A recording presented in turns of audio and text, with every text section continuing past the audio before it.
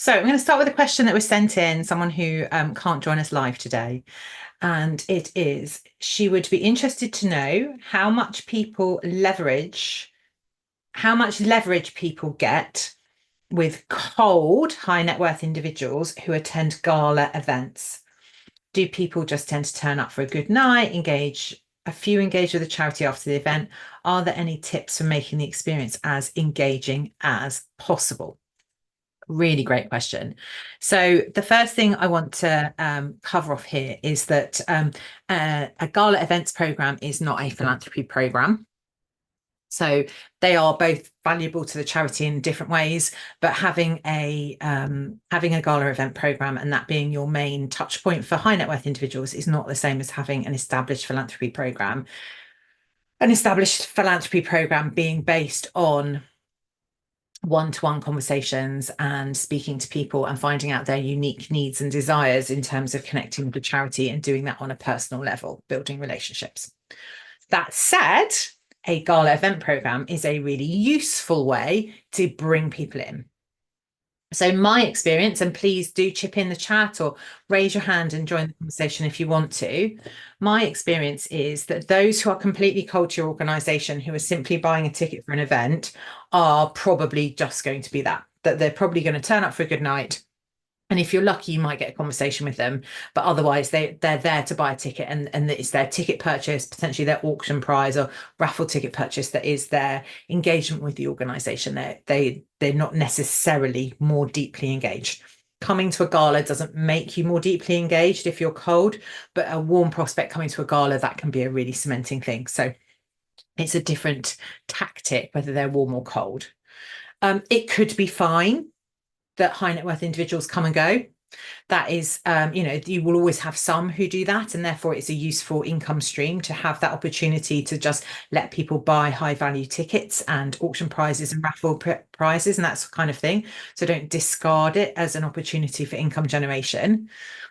I think the way to maximize your opportunity from that is to make sure you've researched all the names who are coming. That's not always possible. If you've got someone who's bought a whole table and they're bringing guests, they don't necessarily have to tell you who they are, and therefore you can't research those people. But researching what you can, picking out those, not just with the capacity, but also a connection to your cause area and a sympathy to your cause, so that you can highlight those for conversations with chief exec and chairs of trustees and things, to start to explore whether there is any value in going further on it. That's one option. Sort of pledge cards on the tables might work in terms of, would you like to have a chat with us to hear more about our work? In a gala dinner situation, that's probably quite a low probability event, but if you don't have them, you don't know. And in terms of making the event engaging, what always springs to mind for me is the collar and cuffs ball at Battersea Dogs and Cats Home, that I did a small stint at and attended two of their collars and cuffs ball collars and coats, I think, sorry, ball. So this is a very fancy gala dinner they put on. I don't know if they still do, in central London, in Battersea, each year. It's hosted by a huge array of celebrities, and Battersea has gone absolutely hell for leather on their celebrity policy. Paul O'Grady did the dog show on the TV and things like that. So you've got a huge number of celebrities who are in and of themselves a big draw, but also then bring the press. So they get the press there for the night as well. And they also invite their high net worth individuals and their prospects. What keeps the event engaging is great compares. So they have celebrities who host the event. They also have dogs there. So it's really important. It's a dogs and cats charity. It's quite hard to showcase cats. They would run away if they were free in a gala venue. Whereas dogs, you can put them on a lead and they tend to be more obedient. So they will have a dog guard of honor as people walk in the venue. They will showcase dogs. They will have dogs who are in need of adoption showcased with their case study in case someone there on the night wants to adopt that specific dog. They then have some one of the ones I went to was showcasing World War II dog involvement. I think it was an anniversary of the Second World War that year, so they'd connected it to something happening in the wider world with dogs again. Guests are welcome to bring their dogs to the gala dinner, and there is even a dog sitting area if your dog is not behaving itself, where you can go and the animal handlers will look after your dog for you. Trying to think what else. They have a pledge, so they have the opportunity to stand up, as well as all the auctions and everything else. Will you stand up and pledge to support Battersea this year? And they have different sums of money there. So, but it's all done in a really engaging, positive, and fun way, so everyone's having a right laugh. And there's a heck of a lot of work goes into the behind the scenes of that. I really admire the team there, certainly the team that was there when I worked there, and I'm sure the team has gone from strength to strength since, in terms of planning exactly who is going to sit where, who are going to be the plants to start the pledges out, where are the conversations happening, the volume of research that's going on. So there's a lot of work goes into making that a useful event. But hopefully, Karen, that does answer your question. And let me just see what else we've got here. So hi, everybody. Thanks for introducing yourselves in the chat. And for those who joined after I suggested it, really recommend adding your LinkedIn profile and connecting with each other so that you can start building that really important network of peers across the sector, because you never know when you're going to need each other. But also, this is your session and this is for your benefit. So if you have any questions, do pop them in the chat or raise your hand or turn your camera on, and I will happily answer them. I have one more question to answer, which I'm happy to do now if no one's got an immediate question. Otherwise, I can wait, but I can't see any immediate questions, so I'm going to go with this one. So it's a general point about donor recognition in major donor fundraising. I think it can be a red herring, is what I'm going to say.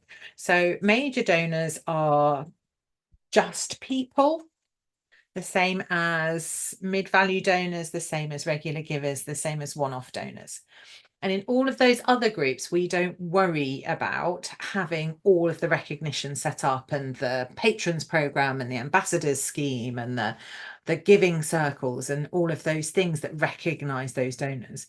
But for some reason, we can get quite caught up in the mechanics of a scheme when it comes to major donor fundraising.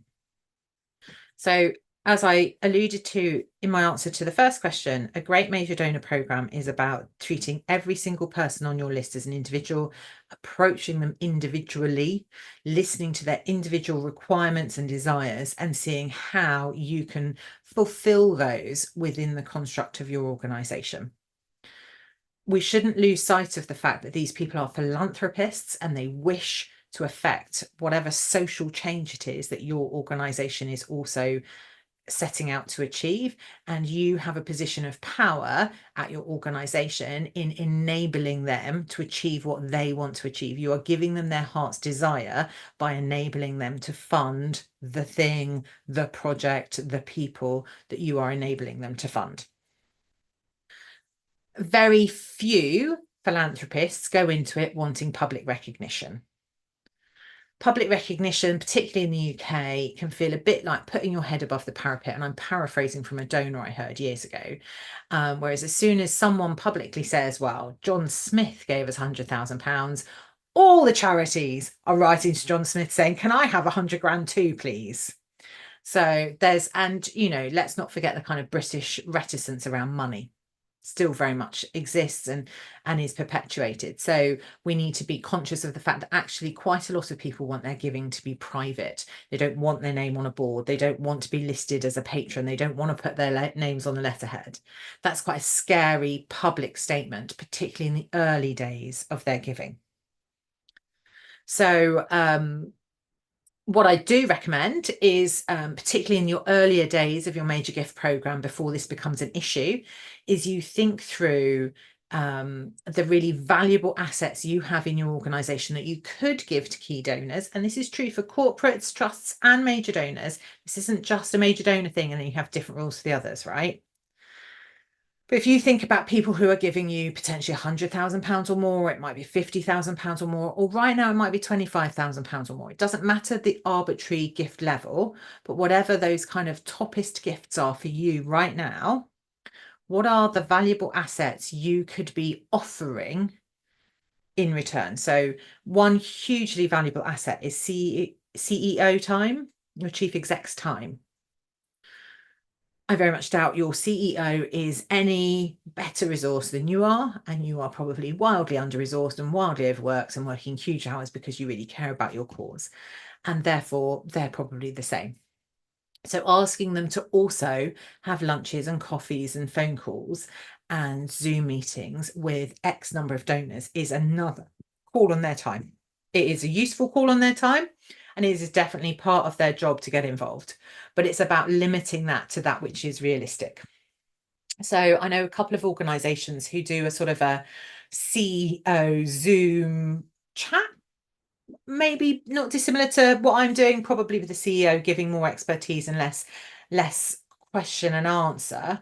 And it's their top, I'm going to say 20 donors a year are invited to those chats. So we have an opportunity where only 10 of you can have a conversation with the CEO, and we'd very much, as one of our most valuable donors, invite you if you would like to come along. The Zoom is happening live on this date. If you weren't able to join us live, you could get a recording so you can understand, get under the skin of what's happening in the organization. So we're talking sort of language like under the skin, fast track, advance notice, private access, that kind of exclusivity conversation that actually really sensibly ring fences the CEO's time to 2 Zooms. And hopefully someone is briefing them on what they're going to say. And there's some prep work there as well. There's bound to be a couple who want the CEO's number, but that should be at a certain gift level. There's bound to be some who want to be able to speak to the chair. And again, your chair is a volunteer. They give a lot of their time, all chairs do, but it is a volunteer post, so ring fencing their time. So things like that. And rather than sort of naming rights is the other big one. So rather than kind of giving them away freely, like free with a bag of crisps, you have a specific number of naming rights you can give, and you will want to make sure, and they will need to remain named in that way for a certain period of time. So giving some thought to that is really useful. So is your organization okay with having I don't know, let's call it the Upton Library, if you have a library in your organization? Or can I sponsor a nurse and she's called the Upton Nurse for a year? Is that cool for you guys, or is that something you think is not okay? You don't want your nurses labeled by their donor names. That's absolutely fine, but make those decisions before the situation arises. And in terms of the physical naming, if you want to rename your building, what would that take? Like that, and that's not about where your current giving levels are, but like I would rename my theatre, but for no less than £10 million or for no less than £50 million. Anyone who wants that naming right needs to come up with that money, rather than our biggest donor was 2.5 million, therefore we ought to give it away. If you understand, I hope you're getting the kind of the flip there of what is the value to you and what would you give it away for? And just to kind of round off that point around giving circles and schemes, not all donors like them. Our experience is that some love it and some hate it, and it's pretty Marmite. There's not an awful lot of on the fence about giving schemes. So please don't arbitrarily spend time setting up a giving scheme and then try and strong arm your donors into it. Start with donors and start with conversations. And if enough of them say a kind of giving circle thing would really work for them, and it would help them work to bring more people in, so therefore it would also work for you, there would be a value to it, then look at creating giving schemes. But don't kind of, it's not a way to attract donors in. It's not an easy shortcut to major gift fundraising. You can cut your gifts lower. If it's a 25 grand a year giving scheme over 3 years, maybe that person would have given more than 25 if they were just giving and they were cultivated. And now they won't, because they've purchased the access for that rate. So you're taking it from philanthropy and into transaction. So I hope that makes sense. Claire is pretty new to major donors. Hello, Claire. Nice to see you today. Having worked mostly in individual giving and with some mid-value, although she now realizes it was mid-value. Brilliant. So you probably got it, Claire, let's be honest. Any tips for getting up to speed quickly with major donor fundraising? So that kind of depends on whether you've got an established program or not, Claire. If you've got an established program, getting up to speed is about working out who your donors, what your donors who already exist like, what they don't like, hopefully having some good handover notes from your predecessors. If you don't, getting out there and getting those coffees in the diary, introducing yourself. The one thing I would say about being new to an existing program is that fundraisers come and go and donors don't. So more than several times in my career, I have come face to face with a donor who's like, oh God, another one. Like we stay 2.5, 3 years. They're there 10, 12, 15 years. They know that we've not been brilliant at keeping our notes up. And so we're going in asking questions that they've already answered, and no one wrote the account management note. So, if I could implore all of us to get better at our account management notes in this job and the next job and all subsequent jobs, eventually we will have great account management notes moving forward if we all start now. So it's definitely, it's paying it forward for the future of the organization, because we won't all stay forever. Okay, so Claire is saying not really an existing program, setting one up, although she suspects those folks are already on her database. Yes, Claire. So if you have individual giving experience, you are far better versed generally in manipulating your database to try and find potential major donors than someone who's come from a philanthropy background. There seems to be a real divide between databases cool and databases a pain in the neck, between individual giving and other types of fundraising, which is a shame, because I think data is very cool and it tells us an awful lot, and it makes our lives a heck of a lot easier when we understand how to use the data. If you guys are lucky enough to have IG teams and you're not lucky enough to have ever been trained on your database, then go and work with them. Get them to help you understand how to segment data, what that means, how to do it, what to look for, and work with your teams who have that expertise to try and manipulate your database. So, Claire, setting up a program from scratch is, you're quite right to hint at, the first thing you've got to do is find some potential major donors. You can pay someone to do a wealth screening. That's one option. Obviously, there are agencies that do the wealth screening for free, but then you have to buy the data, so nothing's ever free, right? And if you want to do that, you have to make sure your privacy policy allows you to do that. But there are clues you can look at. There are clues such as, what are the postcodes of the people? So depending on whether you're a national or local charity, you probably know some wealthy postcodes. There are wealthy postcodes that we can all look up online. Have you got anyone living in those expensive areas? If you're a local charity, you will know what are the really expensive roads to live on, what are the fancy houses, and that kind of thing. So postcodes is a good one. The other thing you can look at is titles: lords, ladies, sirs, dames, that kind of thing. KCVO, BT at the end of the name. Those people tend to have more money. Who do they bank with? Again, all of this stuff is, you can look at if your privacy policy allows you to, but do you have anyone who banks with Coots or Bank, or I can't think of any of the other private bank names off the top of my head, but there are half a dozen or so private banks where you have to have X amount before you can bank with them. So is anyone banking there? They're a good one. And then you can look at connections, and you can, if you've think then you can look on LinkedIn, what do they do for a living, that kind of stuff. So you can really get into the detail of research. And if you don't want to pay for an agency to screen your database, you can hire or have a prospect researcher do that work for you, to kind of highlight who you've got. So you need to find some people. Once you've found some people, you need to work out what is your hook for beginning to engage them in different ways. So we're looking for three things. We're looking for wealth, we're looking for connection to your cause, and you're looking for connection to your exact organization. So if they are on your database, you have one or two of those already, because they are either already a regular giver and therefore you could take a really incremental view, and you could ask them for a larger gift, and a larger gift, take the mid-value view, move them up to mid-value program, then from mid-value move them up.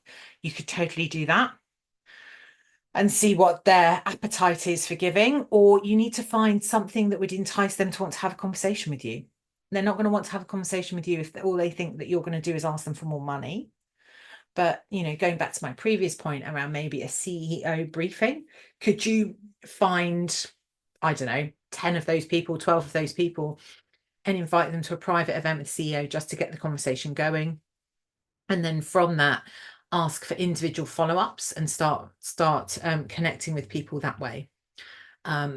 People will self-select. Philanthropists, people who give regularly, know that ultimately they're going to be asked for a gift. So if they're not interested, they won't engage. They know that they don't want to feel the guilt of having engaged and then not giving. So that's broadly how I would start, Claire. I will come back to privacy policies, Claire. What's the difference between philanthropy and major donor? Oh, internal jargon.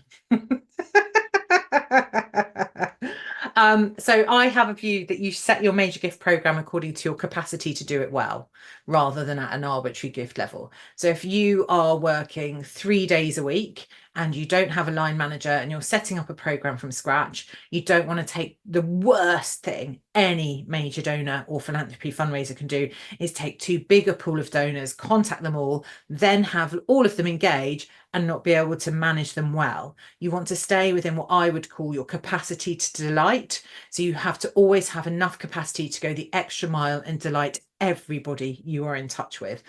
Delight means all kinds of things, but it's the little extras, it's the thoughtfulnesses that aren't part of the standard service. It's the remembering their birthdays or sending them something because their dog was at the vet or whatever, that your delight points are what are really going to build and strengthen those relationships, because they make it real and they make it less surface level.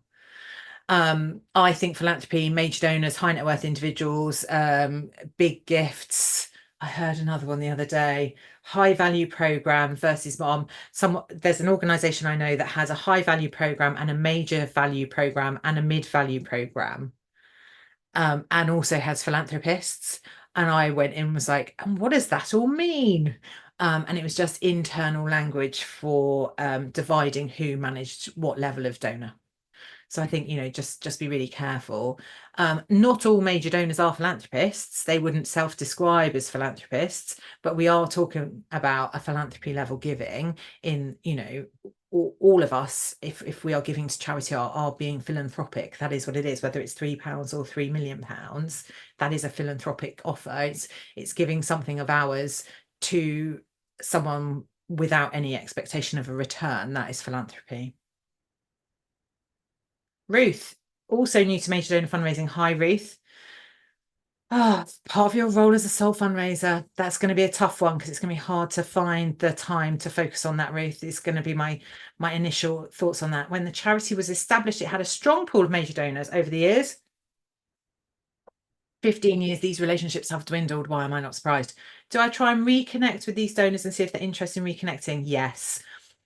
The history of these relationships is unclear. I don't know why they have disconnected, changed in staff, moved on to a new cause. So people who are around at the founding of an organisation will have done so either because they are connected to a family member or close friend for whom there is a personal reason for founding the charity. So say someone's child died of a rare illness and they founded a charity to raise awareness of that illness, research into the cure, provide peer support. Some of those founders will have done it because of connection to the founder, and others of those founders will have done it because of a connection to the cause. So if your founder is no longer around, some of those people will just have moved on and will have moved on to a new cause. Absolutely great instincts, but not all of them.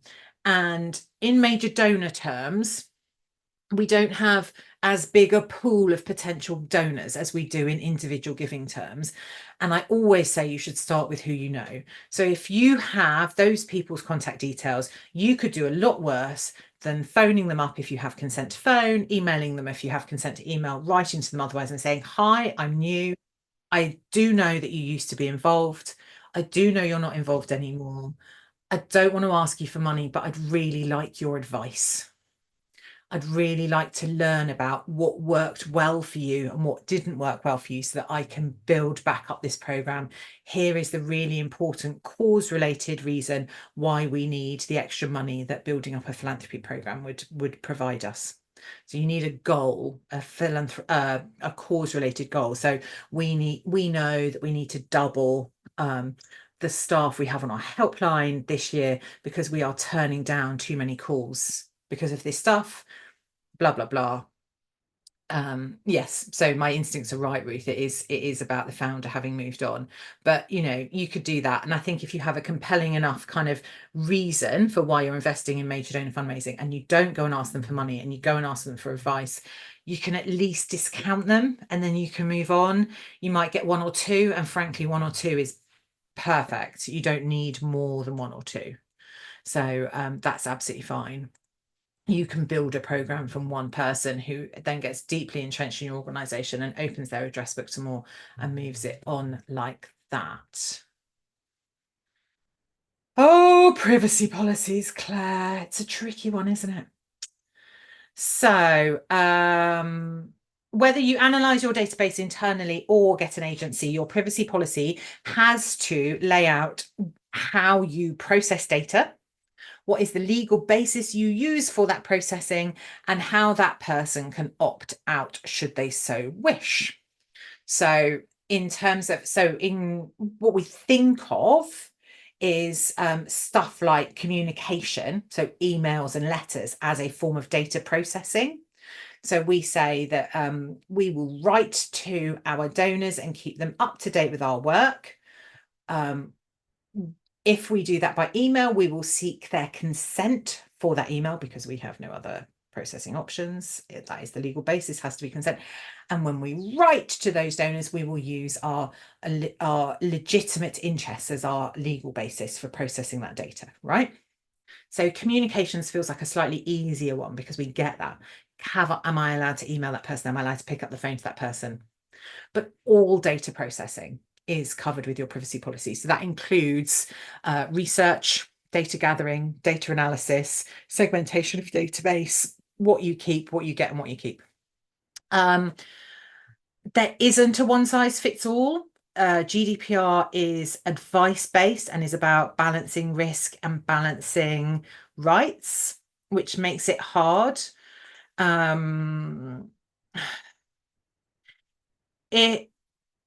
So you're unlikely to be able to find a peer who can give you advice on that because partly it will be about your trustee's desire. There are a couple of privacy policies I think are really well thought through that you could read through and see what you think. The one that springs to mind on the top of my head is the air ambulance for Kent, Surrey and Sussex. I happen to know a colleague who's a trustee there, and she was telling me that they have taken a very thoughtful approach to it, a very layered approach to it. So it's not just we will do this or we won't do that. But it was like, we'll probably do this, but if we can't do that, we might do this. And in these circumstances, we do the next thing. And it's all really clearly laid out. So that's one.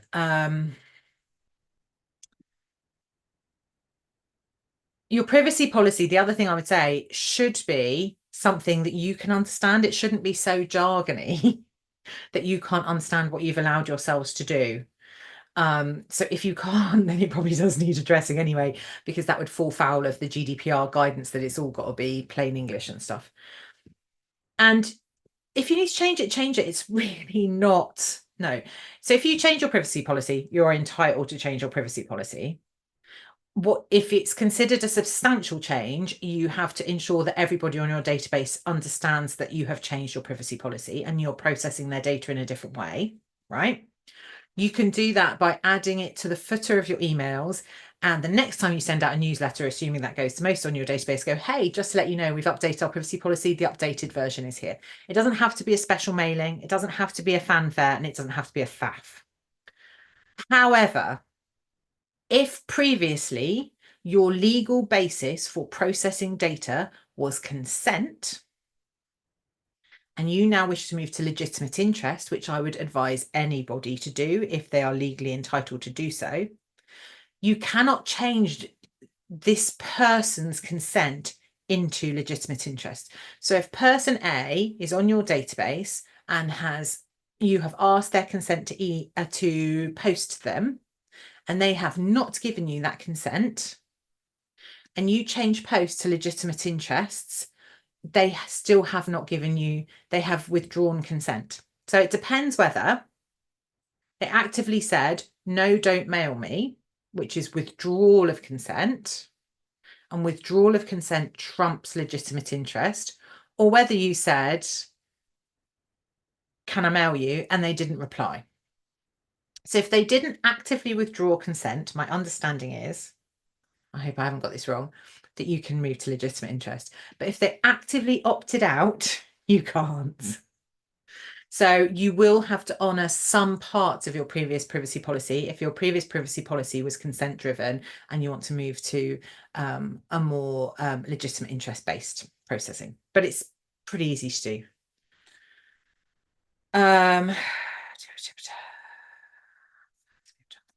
Hi, Jason, completely new to major donor high net worth individual as well. Hi, Jason, really nice to see some new people here also setting up a program. It's lovely to see so many of you setting up programs. I can't tell you, it warms the cockles of my heart. I think it's about time we all set up major gift programs. Sole person responsible for fundraising besides CEO. What would be examples of assets for organizations that have physical assets, so no naming rights?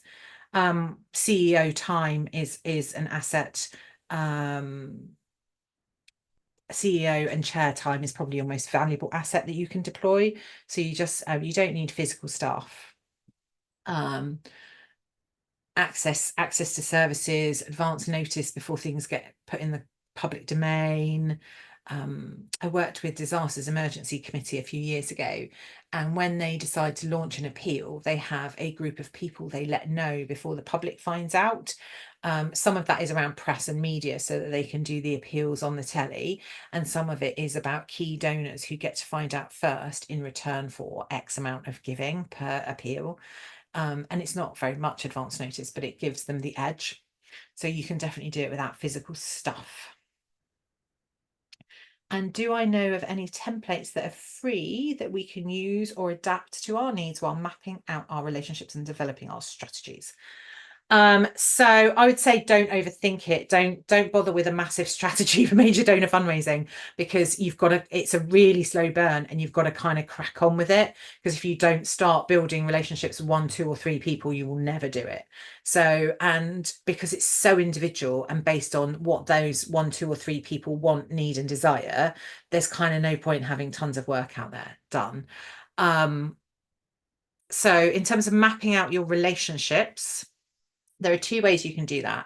You can have a potential list of high net worth individuals that you want to connect to, and you can take that to someone you know and say, hello, I was hoping you might be able to connect me to some of these people. Do you know any of these people, and can you help me reach them? That's quite tangible. It's an easier ask in a lot of ways, as long as you've got well-connected people you already know.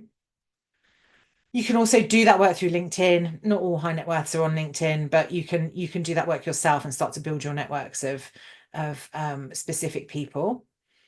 I tell you when that works really well. Again, local charities benefit more from this than national charities. But if you pick up your local glossy magazine, I live in Kent. It's called Kent Life, Surrey Life, Sussex Life, Northumberland Life. I'm sure Northumberland Life is a thing. It's always the great and the good of your county hobnobbing at fancy events on the back pages. The first thing to note is they're often hobnobbing with whoever works for your local community foundation, so definitely build connections with that person. But over time, you get to know who those people are, and you can do a bit of research into what they're interested in, and that can create you a cold list of high net worth individuals, or certainly the well-connected set of your county who it is then worth approaching and seeing if they're interested in supporting you either financially or through networks, or both. But you still then need to find a way to those people. So it's about doing that. And if you start with someone tangible you're trying to reach, you and your CEO and your chair of trustees and whoever else you've got on board can kind of work through LinkedIn, work through their address books, and see how they can do that kind of 6 degrees of separation thing. The other way to go is, if you've got someone really well connected, you can go and ask them who they know, who they might introduce you to. that feels much less tangible to be asked that if you're sat in the donor's shoes, and can be quite scary, and you will often get a, oh God, no, I don't know anyone. So in that situation, I would have researched the person I'm having the meeting with and say, so I see that you used to work at Coots in their such and such department. And I was really wondering if you could connect me to someone in the Coots Foundation, or if you could connect me to someone in such and such department, because I really want to do this. And start with a really specific ask of something you think they can do, so that you have an easy and quick win, and then you start to build trust, and trust in the process as well as trust in you, and then people open their address books a bit more. Or you could say, would you be willing to host a small dinner? I could come along and we could invite 4 guests and their plus ones, and we could talk about the charity and see what we get from there from your address book. So those kinds of things in terms of mapping out relationships are practical ways to go forward, Jason. And like I say, I don't know, just don't bother too much with a strategy, honestly. Claire, going back to Claire's point. So if we asked them some time ago to opt into post and they didn't opt in, but they didn't actively opt out, can we now mail them under legitimate interest? So, Claire, I'm going to say I think so, but I'm not a privacy policy expert. Are you on fundraising chat? Because if so, there's a GDPR subgroup there where there are some really expert people, and I would ask that question there. Because I think yes, but I don't want to give you that advice and find you get in trouble. So it is worth checking. My understanding is if it's not an active opt-out, you can. Silence doesn't count. But I don't know. I don't know. It's partly about your organization's risk appetite as well. Where's the GDPR chat? So it's so if you go to fundraising chat on Facebook, it's a group in Facebook. There is a GDPR subgroup. Let me see if I can find it quickly and give you a better steer on that. Fundraising chat. Or maybe I'll do search. Hold on. GDPR. Who knows where we're going to go there? Fundraising chat GDPR subgroup, it is called. Snappy. Let me visit that and give you the link to it now so you guys can find. Yes, and absolutely, if you're not on fundraising chat, do join. And are you all members of the major donor fundraising group? That's my other big question, because this video is going to be posted in there, and we are a growing group of people supporting each other in major donor fundraising. It's a group I run. I also run the Trust Fundraising Hub for those of you who weren't here in the beginning. And I do try and bob in and offer my expertise and help as often as I'm able to in that group. Hannah, hi Hannah. It's always been a question about this I missed. Couldn't join till 12:30. That's fine, don't worry. We're looking at engaging new prospective major donors as part of an anniversary campaign. How do you have any tips on how to maximize this opportunity? So I'm going to be really controversial. Is the anniversary relevant outside of your organization? Is this an inside thing because you happen to have been around for 50 years, or has that an actual milestone worthy of press happened? I think a lot of us are pushed by the powers that be, who are proud to have existed, to have survived, to have thrived for 50, 100, 150 years, to turn that into a fundraising opportunity. And honestly, donors don't care. And particularly for causes where we would hope that you would end up not existing anymore. So think climate change organizations, poverty organizations, cancer cure organizations. Really not necessarily something we should be throwing at donors is, hey, we've been around 150 years and we still need your money. Because obviously we do still need their money, because curing cancer is well complex. Poverty is not something any charity is going to be able to solve on its own. And the climate crisis requires every single person on the planet to sign up to it. So we get why those things are still required. But it isn't a great message. I have to be really honest, Hannah. So I would think about why you're wanting to use the anniversary as a hook with your donors. What is the really important message? Have you achieved something in that time? So I want to really celebrate that as we hit 50 years. I say it has significance for local community as a space they use. Oh, so space is heritage. Oh, totally different. Sorry. Yes. Yes. Definitely. We've been around for 50 years, works totally well in the heritage and theatre and art space. So if you've got a physical space that is an asset to the community, totally different. Sorry, there's me going down a different rabbit hole. Um, yeah, I mean, Claire, I do agree with you. Anniversaries can work if presented in the right way. And I would say hospices are different because obviously we want our hospices to exist in perpetuity. So we just need to think about what the causes are as well. Um, oh, so how can you maximize your anniversary? I mean, you can throw a massive sodding birthday party just to be really easy about it. Um, yeah, there you go. Most donors don't care as much about anniversaries as charity does, and that's an understatement. Thanks, Claire. It is true. But if you've got something to be proud of, if you want to celebrate that this building has existed for the community for 50 years, 100 years, throw a big community party. Try and get it funded by some major donors, some local trusts, some local corporates, get it sponsored, try and make it as accessible to the wider community as possible rather than making it a high net worth individual event, but then have something around it that is about high net worth individual. When I worked at the theatre years ago, we were closing the theatre. We were in fact knocking it down and rebuilding a new one. We had a series of events at the theatre, ticketed, paid for events at the theatre to say goodbye to the old Marlow because it was a much loved community space.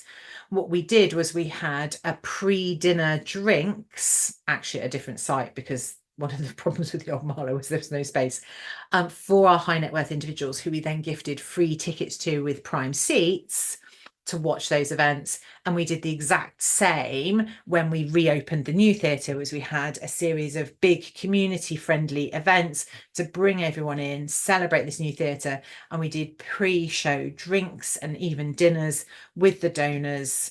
And when we brought them in, we had specific seating for them so that they could enjoy the fruits of their labour, having said goodbye to the old key event. So you can do things like that. I think, I would be loath to suggest that you do an event that's so exclusive it then excludes the community who have been benefiting from the asset. So I hope that helps a bit. And again, Claire, what you've said makes a lot of sense. The key message for anniversaries, it has to be your resource. You have to make it happen. You will go on for another X years. We and you, really important language, Claire. Thank you. So when we think about it psychologically, we as the organization, this hospice are brilliant. Our nurses are brilliant. Our staff are excellent. Our service levels are brilliant. Really separates we and you. You, the donor over there, not part of this cool gang, right? We and you as a separating force, not great in any form of written communication for fundraising. However, if we can make the language inclusive of them, so we, the community, come together to celebrate this building, so you are including your donors in your group and setting the we differently, then we is the single best use of language, as long as it's us, we, the community, we, the people together, donors, service users, fundraisers, chief execs, the whole shebang, all together we. So if you can frame your language to include them, you can use we. But if you're talking about we, the organization, and you, the donor, separately, terrible. Yeah. No, I knew that's what you meant. If you've come from an IG background, Claire, you will get that. Absolutely. I know you will. So just want to clarify it for everyone else because it's not something that I think is taught particularly well. I think it's better taught for people who write direct mail. It's not taught particularly well in our end of the sector, is around language and how excluding that can be. Again, using you will make an impact. You will make the difference. You will keep this building open. Also super powerful, brilliant use of language. But we versus you is where I want to just you want to really think about that challenge there. And I want to say again, it's really lovely to see so many of you starting programs from scratch. Oh, thanks, Ruth. That's really kind of you. And do join the Major Donor Fundraising Group and do use it as a resource. Ask questions in it. there are some really experienced fundraisers in that group who do share their expertise as well as I do. And we try and help you all as best as we can. Donor Facebook group's a great place to start for tips and starting out.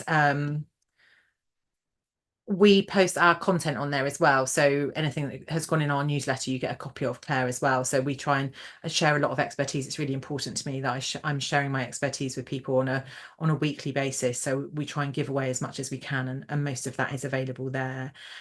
You'll start to build your networks and learn what works from people. Fundraising chat's another great place to go to. My absolute top tip for starting, don't bite off more than you can chew. Start with what you think is too few donors. Really, like, get under the skin of what the program is going to look like and feel confident in it. You know, a kind of like a bit of a trial, but obviously you wouldn't tell the donors that.